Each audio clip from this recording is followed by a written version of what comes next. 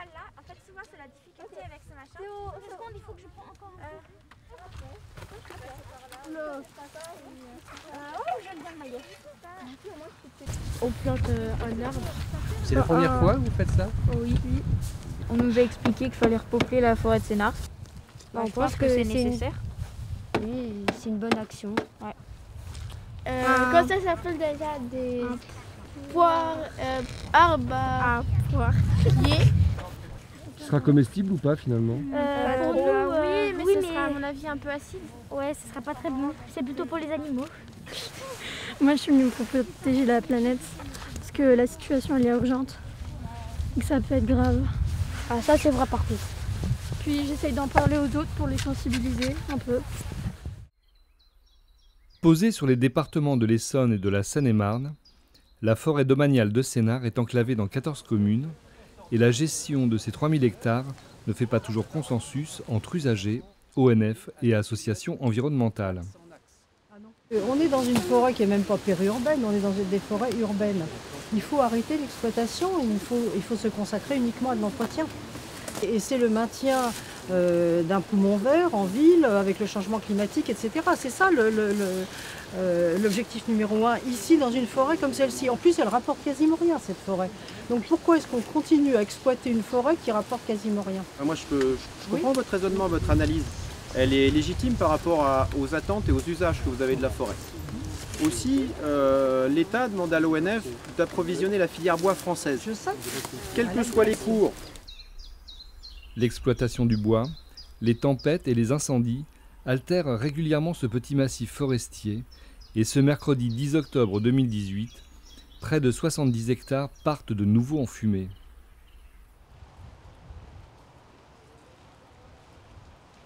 Partenaire de l'ONF et membre du comité de pilotage de la charte de Sénart, Montgeron Environnement est convaincu qu'il faut accélérer la reforestation et la structurer autour d'espèces moins vulnérables aux incendies et adaptées au changement climatique.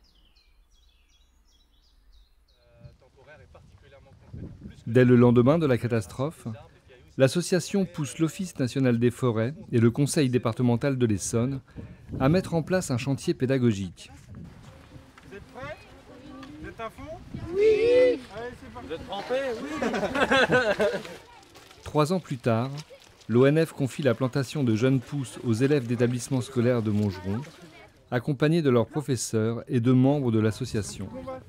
Donc vous voyez les marques roses à chaque fois. Donc là, on a du CE1 jusqu'aux éco-délégués du collège. Et donc, on va planter des arbres, tout simplement, pour reboiser une parcelle incendie en 2018. Celle qui est derrière vous, précisément. Exactement, celle qui est derrière moi, et ça représente 68 hectares de brûlés. Depuis le dernier incendie, des plantes pionnières ont recolonisé le sol. Selon l'ONF, cette régénération naturelle de l'écosystème crée un contexte plus favorable à la reprise de plantation. Donc ici, j'ai ce qu'on appelle un sion de poirier sauvage. Donc c'est un petit plant qui a 1 an à peu près. Il faut faire un trou d'à peu près 20 cm. Donc les racines vont jusque là au fond du trou. Et moi je vais venir un peu au-dessus et on va mettre la terre jusqu'au niveau du changement de couleur. Donc soit on fait ça avec la bêche, soit avec ses gants et ses mains. Et après on tasse légèrement. L'objectif n'est pas d'écraser complètement le petit arbre, d'accord? C'est bon pour vous? On va vous dire un pour deux. Allez.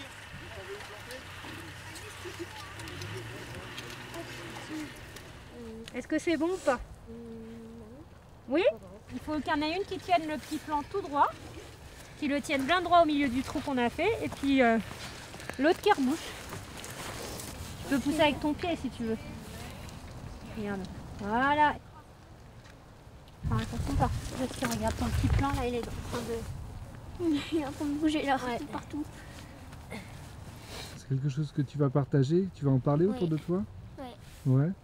Tu trouves que c'est quelque chose d'important? Oui, parce que du coup, comme il y a eu le feu, bah, on en plante. Et ça sert à quoi les arbres d'après toi? Mis à part pour protéger les animaux ou pour faire de l'ombre, pour que les champignons puissent pousser, c'est important aussi pour nous? Oui, pour respirer. Pour respirer. Toi aussi tu penses? Oui. Ouais. Avec des graines, on peut planter des arbres qui font de la nourriture. Et quel âge il a cet arbre? Il est tout petit, il m'a l'air d'être tout petit. Je crois qu'il a 1 an. Et dans combien de temps il sera adulte d'après vous cet arbre? 50 ans, 40. 40 ou 50 ans? Ouais. Ça vous donne envie d'en planter d'autres, des arbres? Ça sert à quoi? Oui. Oui. C'est important, les arbres? Oui. Ouais, à quoi ça peut servir, mis à part se mettre à l'ombre l'été? Nourrir les animaux. Oui. Les animaux? Et avoir de l'air. De l'air, ouais. Vous parlez beaucoup de la pollution à l'école? Oui. Ouais. Et qu'est-ce que vous en pensez, vous? C'est utile les arbres pour lutter contre la pollution? Oui. Sinon, on pourrait pas survivre. D'accord. Je crois pas que je vais arriver là. Mais si. Il faut se faire confiance, regarde, il faut l'écarter un peu plus. Oui, et non plus pas de tordre l'arbre. Voilà. C'est bon. Et bah écoutez, du coup j'imagine qu'il y en a d'autres à planter là, vous saurez comment faire? Oui. Aujourd'hui, on plante avec les enfants 200 plants.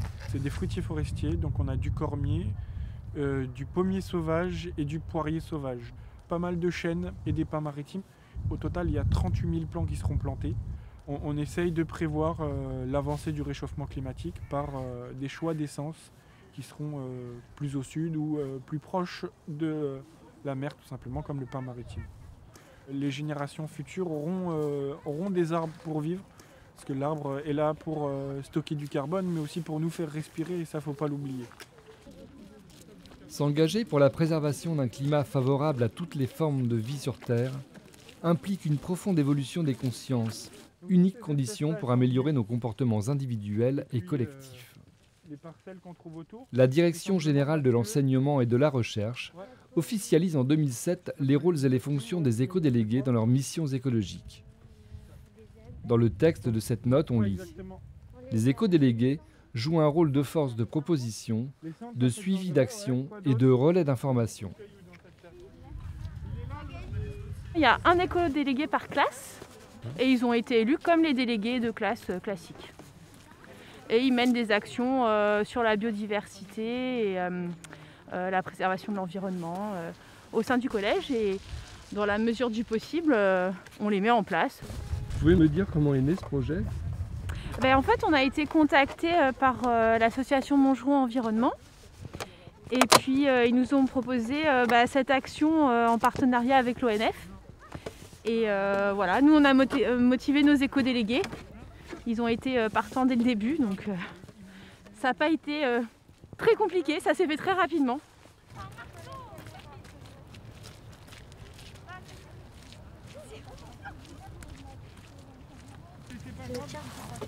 Oui.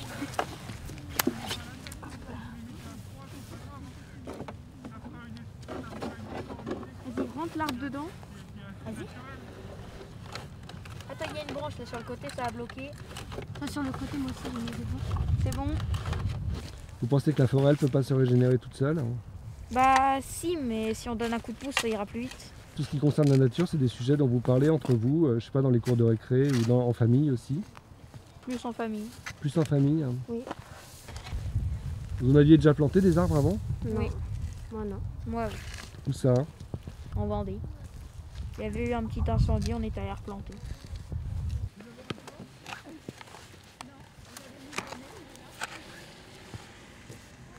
Maintenant, appuie avec tes pieds dessus. Il en faut encore un peu pour couvrir. Ouais, et après tu marcheras dessus. Mais après, on sait que là, en fait, quand on reboise, on est en train de sauver la forêt, on peut voilà, dire. c'est ça, on la sauve. Et puis avec toute cette... comme on produit beaucoup de CO2, l'arbre, il va s'en nourrir et il va faire l'inverse de nous, il va faire de l'oxygène. C'est un sujet dont vous parlez ensemble, en cours de récré, en classe, en famille? Oui, ça concerne tout le monde. Oui, ça concerne tout le monde. Parce que c'est une planète. D'accord. Essaye de planter, Les programmes de SVT sont vraiment très tournés sur la biodiversité, la préservation de l'environnement, le changement climatique. Donc pour eux, c'est quelque chose d'évident et ils sont toujours très motivés pour mener des actions, surtout les éco-délégués, quoi, du coup. Voilà, tape bien, que ça bouge pas s'il y a du vent.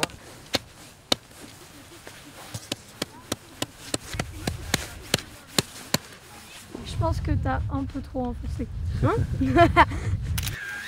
C'est un projet que moi je trouve important et qu'au sein de l'ONF, j'aimerais bien continuer à développer. Et un des objectifs principaux qu'on attend ici, c'est la réussite de cette plantation et que les enfants puissent montrer à leurs enfants, voire même à leurs petits-enfants, qu'ils ont été des acteurs de cette forêt pour tout simplement pour pouvoir la protéger ensuite. Aïe aïe aïe aïe. Attends, on va où? J'ai peur de casser la chute. Ah bien, on va par là.